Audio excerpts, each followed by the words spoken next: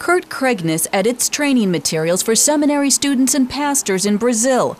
But these days, he's trying to trim his own budget, and there's not much room left. We're buying less things for ourselves and just sticking to the basics like groceries. That's because the U.S. dollar is worth 50% less in Brazil today compared to 2003. Kregness's newly purchased car is 14 years old. He and his wife have cut their retirement savings, and they're using personal funds now to pay for many ministry expenses. The value of the dollar has a tremendous impact on what we're able to do. David STEVERSON manages a $300 million missions budget for the Southern Baptists. He says missionaries around the world are feeling the pain of the weakened dollar. All of our budgets, all of our contributions come in U.S. dollars. The value of the dollar has been spiraling downward for 7 years. In recent months, it's begun to level off, and some market watchers think it may have hit bottom, at least for a while. But for missionaries whose budgets have already been decimated, the road to recovery is all uphill. The euro has had perhaps the biggest impact on missionaries. That's because the currencies of not only Europe, but also countries in Africa and the Middle East are tied to it. From 2000 to 2008, the dollar lost nearly half its value against the euro. So many missionaries have found their purchasing power cut almost in half. There's a lot of disruption that has come into people's lives as they've just had to face the fact that, hey, money has changed. John BRADY oversees Southern Baptist missionaries in North Africa and the Middle East. Since 2003, his missionaries have lost 35% of their buying power. For about half, that means looking for cheaper housing. Just the time to move and get reset means that that's what you're doing.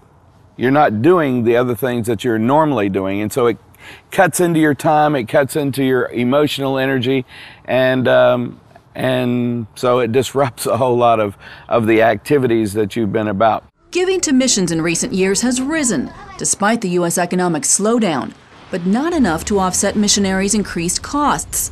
For instance, Southern Baptists gave an extra $300,000 to the 2008 Lottie Moon offering, their biggest missions fundraiser. But they needed $18 million more just to keep pace. U.S. ministries sending food and aid around the world are also facing a major challenge. Because of soaring food prices, the group World Vision may even have to stop delivering help to 1.5 million people this year.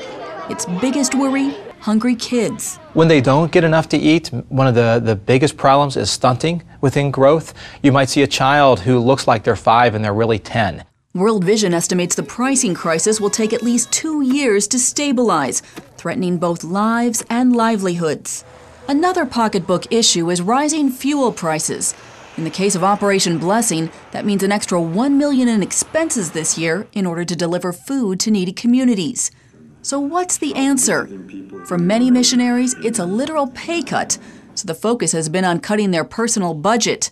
Some must also turn to ministry expenses. Folks on the field pay the rent, but that leaves fewer dollars then that they can transfer into local currency to buy Bibles, buy tracts. A positive has emerged from these money problems.